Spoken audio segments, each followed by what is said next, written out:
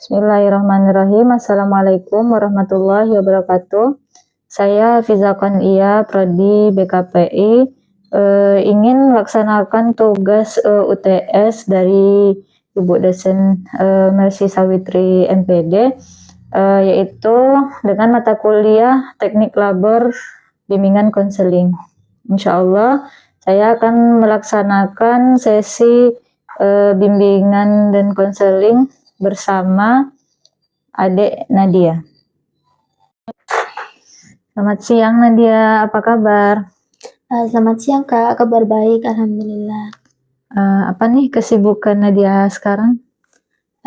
Kesibukan saya sekarang lagi berkuliah. Saya sudah jadi mahasiswa. Kira-kira ketika Nadia kuliah, apa nih kendala yang Nadia rasakan? Kendala yang aku rasain tuh pertama ketika masuk kuliah ya Kak, itu kurang bisa beradaptasi sama lingkungan baru, sama teman-teman. Soalnya kan teman-teman juga berasal dari daerah yang berbeda dengan bahasa yang berbeda juga, mungkin kurang beradaptasi di situ. Kemudian sering merasa insecure juga sih Kak ketika di dalam kelas.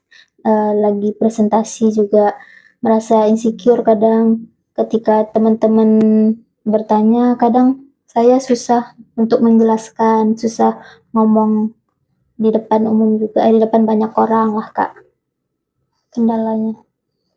Sejak kapan Nadia merasa kalau Nadia itu susah untuk beradaptasi?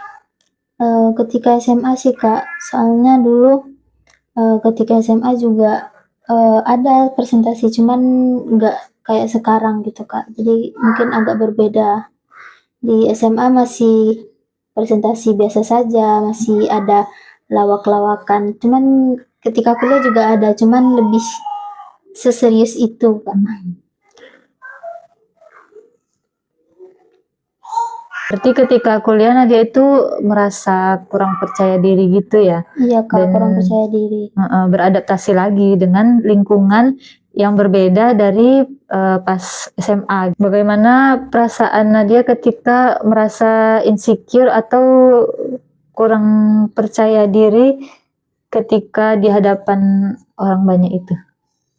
Perasaan saya ketika itu jantung berdebar Kak, kayak nggak berhenti berdegup kencang, terus tangan berkeringat juga, kemudian perut sakit, kadang seperti itu juga. Mules gitu ya? Mules, tiba-tiba mules.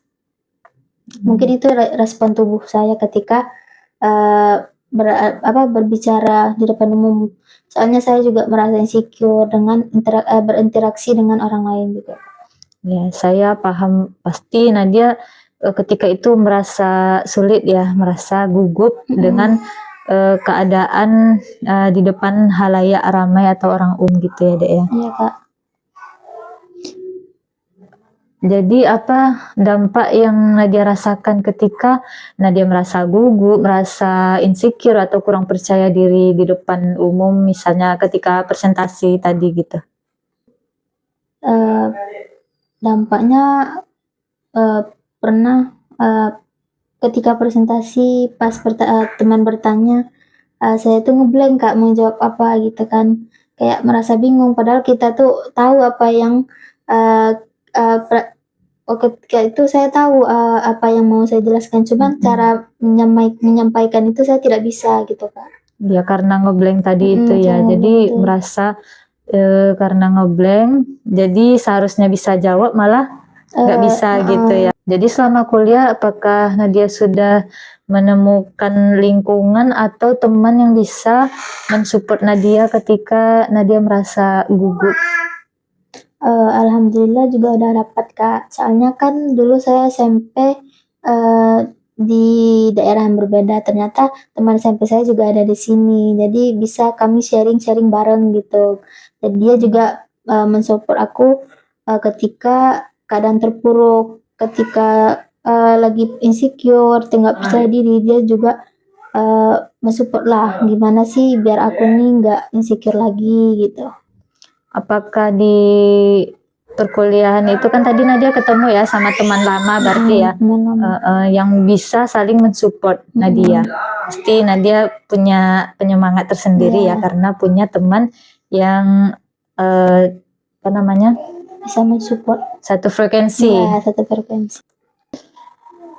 Di kampus Nadia ada ikut organisasi mungkin, atau upaya Nadia untuk merasa insecure atau kurang percaya diri itu apa langkah-langkah Nadia yang Nadia rasa Nadia mulai bisa Nggak percaya untuk menghilangi rasa insecure ya, Kak? Nadia bisa merasakan. Iya sih Kak, aku juga ikut organisasi yang bisa membuat aku tuh bertumbuh dan berkembang. Contohnya juga kayak organisasi daerah. Itu kan kami juga punya organisasi khusus daerah kami nih. Saya kan dari Riau nih. Jadi kami di kampus itu ada namanya Himari, Himpunan Mahasiswa Riau. Jadi di situ semuanya anak Riau. Jadi saya punya teman lah nih, gambaran anak Riau nih selama di kampus siapa aja, jadi bisa berkenalan juga Kak. Kemudian juga ikut organisasi kampus yang bisa berkembang dengan cara, yaitu saya mengikuti organisasi pusat studi dan konsultasi hukum. Jadi saya bisa nih join di dalam itu. Gimana sih pelajaran yang kita nggak dapatkan di dalam kelas, nah di situ kita belajar. Jadi dengan saya mengikuti itu bisa berkembang pola pikir juga, terus untuk menghilangkan rasa insecure saya juga Kak. Iya betul sekali, kalau Nadia itu berarti sudah punya teman yang satu frekuensi, sudah bergabung dengan organisasi.